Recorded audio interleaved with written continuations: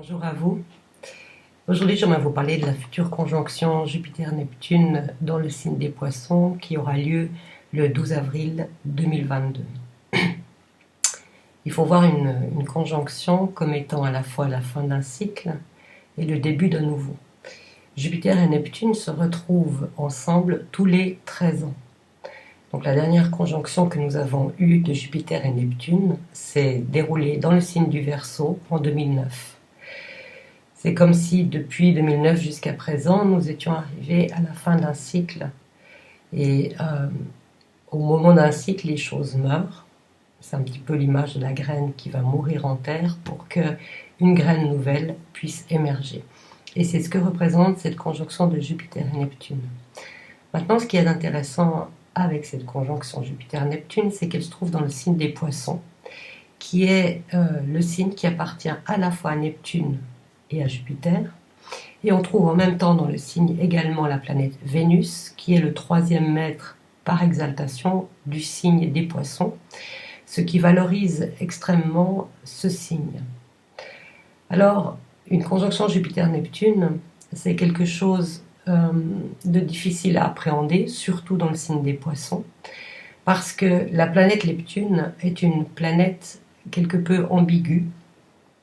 Elle représente aussi bien la spiritualité, les grands idéaux, une certaine forme de vérité, qu'à l'inverse, les mensonges, la psychose, les croyances les plus diverses et les illusions également.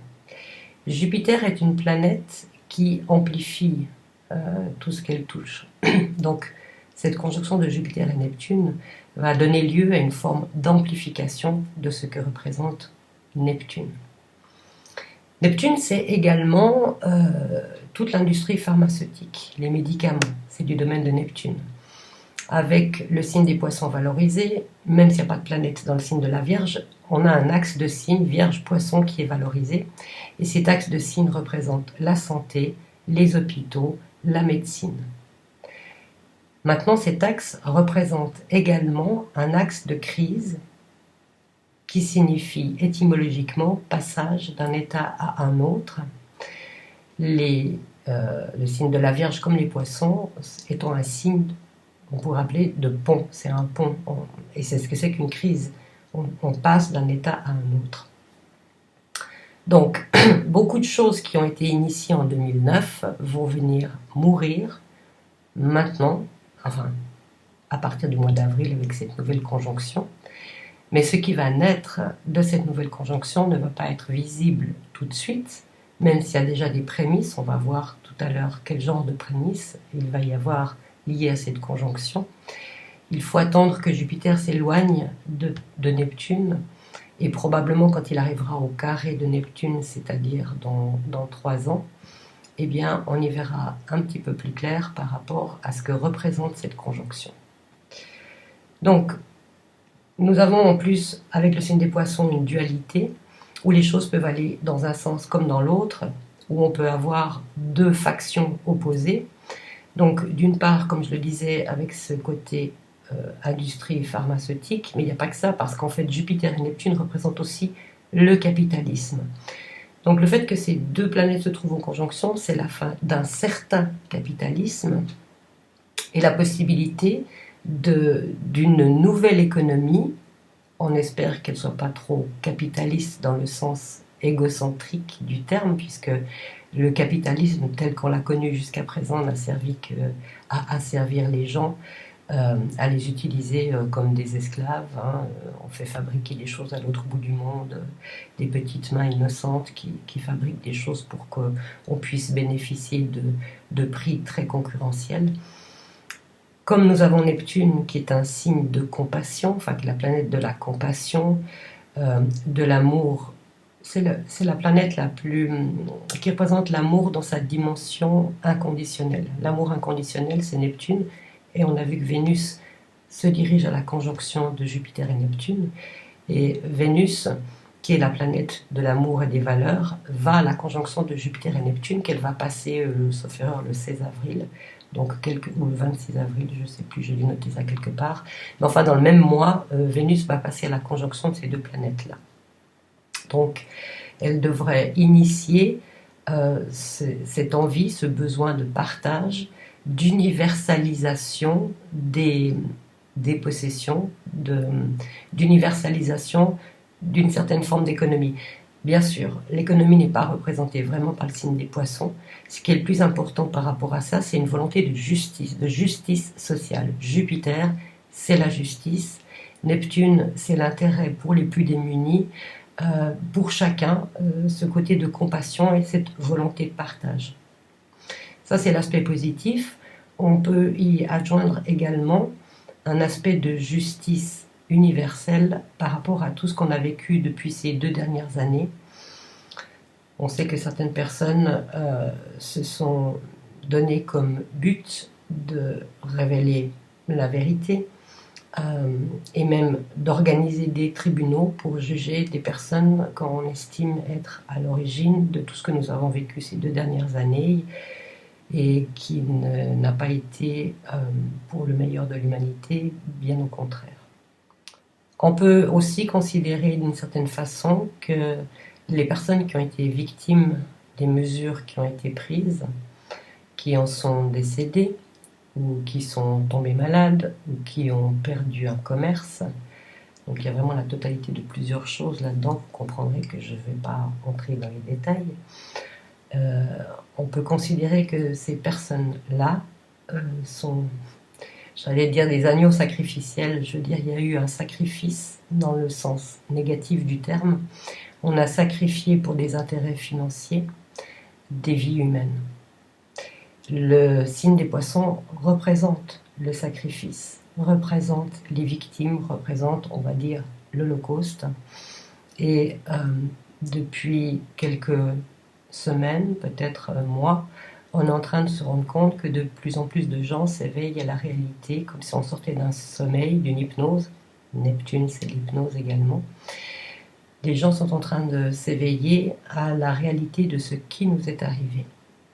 Chacun a son rythme, chacun avec la possibilité qu'il a de regarder en face quelque chose d'assez effroyable, parce que ce qu'on a pu connaître par le passé, où des populations ont pu être décimées, eh bien c'est quelque chose, une tentative qui a été mise en place pour vivre la même chose sur le plan global de l'humanité. Donc nous avons à avoir le courage de regarder en face que tout ce que nous pensions jusqu'à présent de nos gouvernements, des pouvoirs en place, de certains secteurs, je parlais de la médecine, de la pharmacie, des lois aussi, donc de la justice, n'ont pas rempli leur devoir, bien au contraire. On peut comprendre que certaines personnes soient encore dans le déni, et Neptune représente aussi ce déni, face à quelque chose qui ébranle complètement nos fondations et qui peuvent nous faire trébucher. C'est le scandale. Étymologiquement, le scandale, c'est faire trébucher quelqu'un. Donc, il est très difficile de regarder la vérité en face, d'accepter de s'y confronter, parce que quelque part, quand on le fait, quelque chose meurt en nous. Dans le thème que j'ai dressé pour cette conjonction de Jupiter et Neptune, on trouve un seul aspect de carré, qui est le carré entre Pluton et le Soleil. Pluton se trouve à l'heure actuelle encore à la fin du Capricorne, représente l'effondrement des structures telles que nous les avons connues. On ne s'en rend peut-être pas vraiment compte à l'heure actuelle, mais ces structures sont civilisationnelles et donc elles datent de plusieurs centaines d'années, voire milliers d'années, ça dépend comment on regarde les civilisations. Et pour que ces structures s'effondrent, ça prend un peu de temps. J'ai cette image de quand on voit des glaciers ou de la banquise s'effondrer dans la mer, bien que ça aille très vite, on a l'impression que ça tombe au ralenti. Eh bien, c'est ce qui est en train d'arriver. Ces structures sont en train de s'effondrer, mais c'est un peu comme si elles s'effondraient au ralenti. Donc Pluton, c'est la fin des structures telles qu'on les a connues. Et le carré qu'il fait au Soleil qui se trouve en Bélier, au mois d'avril, le Soleil transite le signe du Bélier, c'est une invitation à retrouver notre souveraineté, Le soleil en bélier, c'est aussi un premier signe. Pluton, signe de la mort et de la résurrection. Le soleil en bélier représente lui-même aussi l'aspect de la résurrection. Nous avons la possibilité, à travers ce que représente cet aspect, de ressusciter qui nous sommes, notre être intérieur, de retrouver notre propre souveraineté. Et en plus, dans ce thème, nous avons la Lune qui se trouve en Lion, à l'extrême fin du Lion, au dernier degré du Lion, il y a 29 et quelques degrés. La Lune représente en astrologie mondiale l'humanité, les peuples, les populations. Cette Lune en Lion nous demande la même chose. Peuple, reprenez votre souveraineté. Cependant, il ne s'agit pas de reprendre sa souveraineté dans des actes de violence qui de toute façon seraient voués à l'échec, mais c'est reprendre notre souveraineté intérieure en ressentant que nous sommes des êtres souverains, justement, autonomes, indépendants, et que nous avons notre propre destinée individuelle en main. Ce n'est pas à travers un grand mouvement que les choses vont être solutionnées, c'est à travers la volonté. Le soleil, c'est la volonté individuelle, le signe du bélier, c'est le premier signe, le signe de l'individu. Il s'agit de reprendre en main notre individualité et de se sentir responsable de notre vie, de ce que nous voulons pour nous-mêmes. Et quand les individus font ça, révèlent leur individualité, ressentent qui ils sont, arrivent à trouver leurs racines intérieures, à partir de là, ces individus peuvent ensemble décider de changer les choses sur une base créative. Lune en Lion, c'est la créativité. Sur une base créative et de partage. On retrouve Jupiter et Neptune dans le signe des Poissons. Parce que ce qu'il risque d'arriver avec cette conjonction Jupiter-Neptune, Jupiter, c'est les leaders, les guides. Neptune, c'est, comme je le disais avant, les idéaux. Nous risquons d'assister à l'émergence de guides, de leaders, qui vont nous proposer des solutions en nous demandant de les suivre. Chers amis, j'ai envie de vous dire que la seule personne que vous ayez à suivre, c'est votre cœur, c'est vous-même.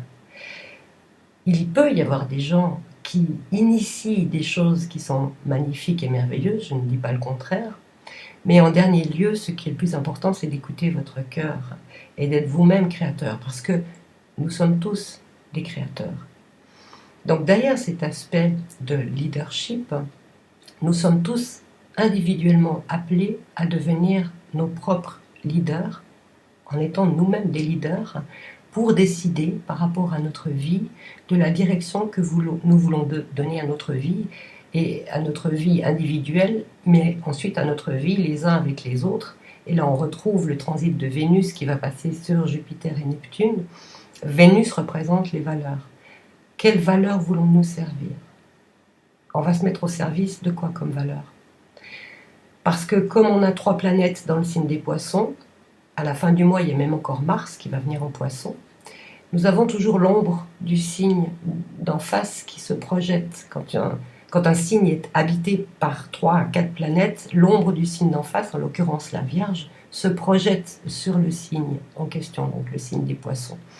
Et le signe de la Vierge, au positif, c'est le discernement, la discrimination, la capacité de voir clair et de ne pas se laisser happer par des grands rêves, des grands idéaux et qui finalement s'avèrent être illusoires, y compris des leaders qui nous proposeraient des solutions, alors que la solution est toujours en nous.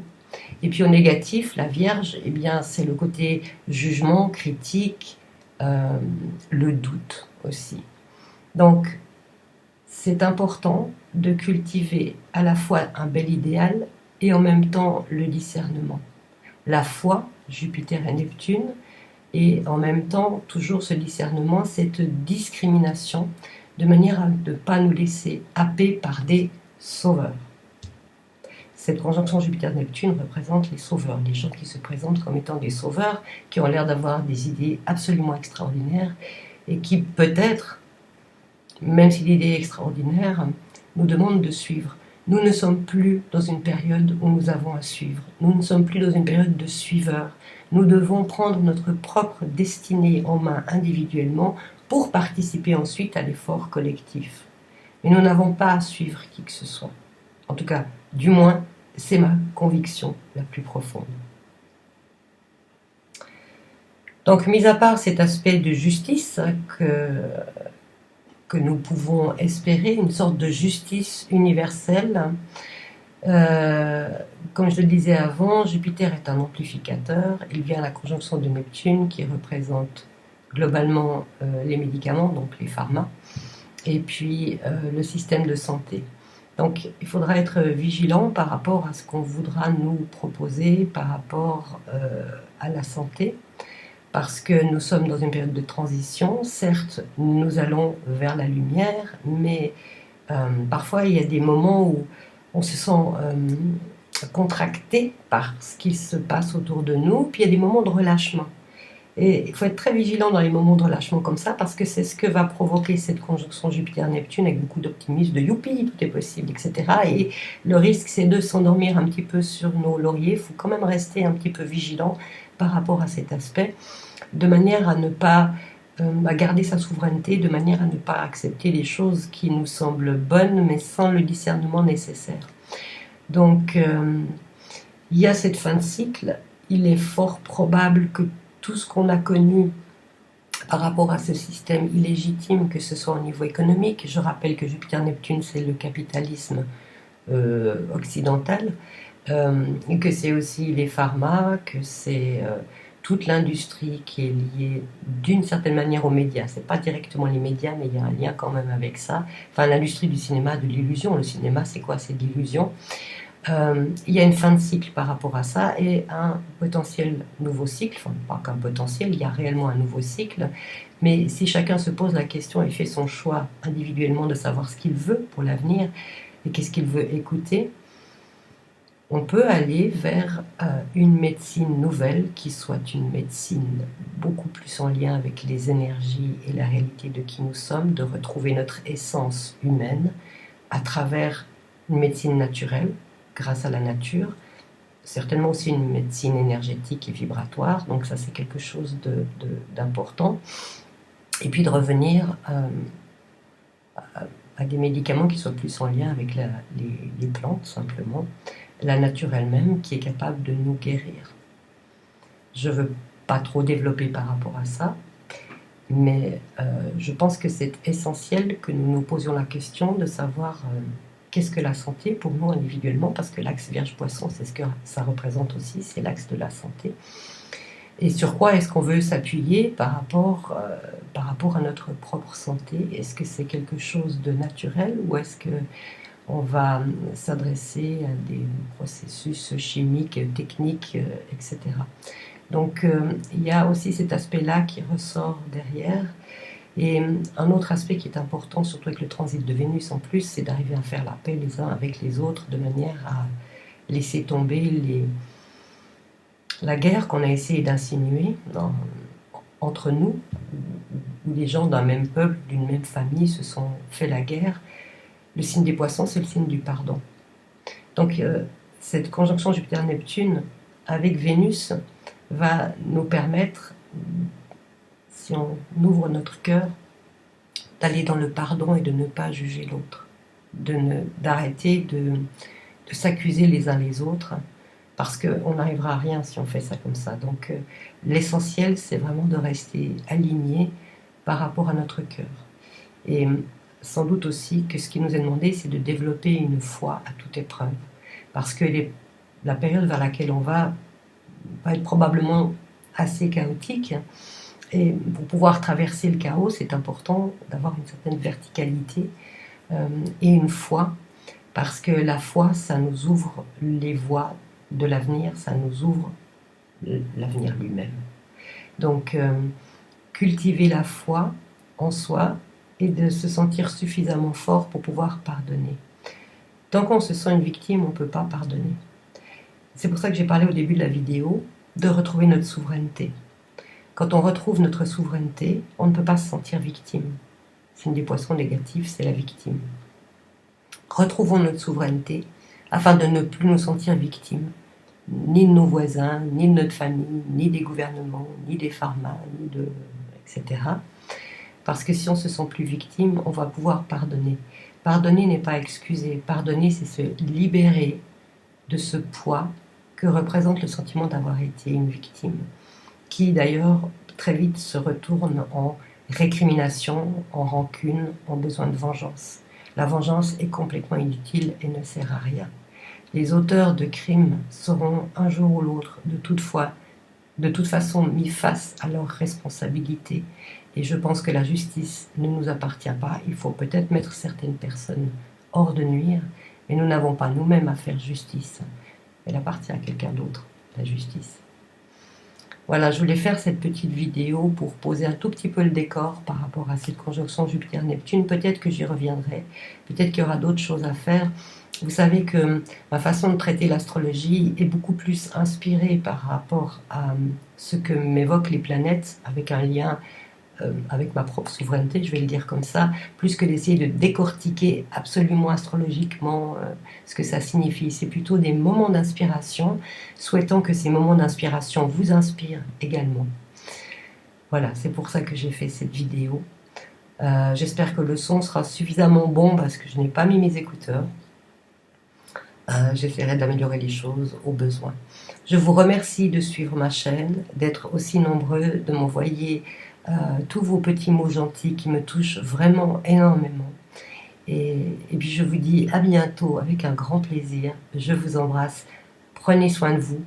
Cultivez votre souveraineté et votre foi en vous et en la destinée parce que la vie est bonne par nature.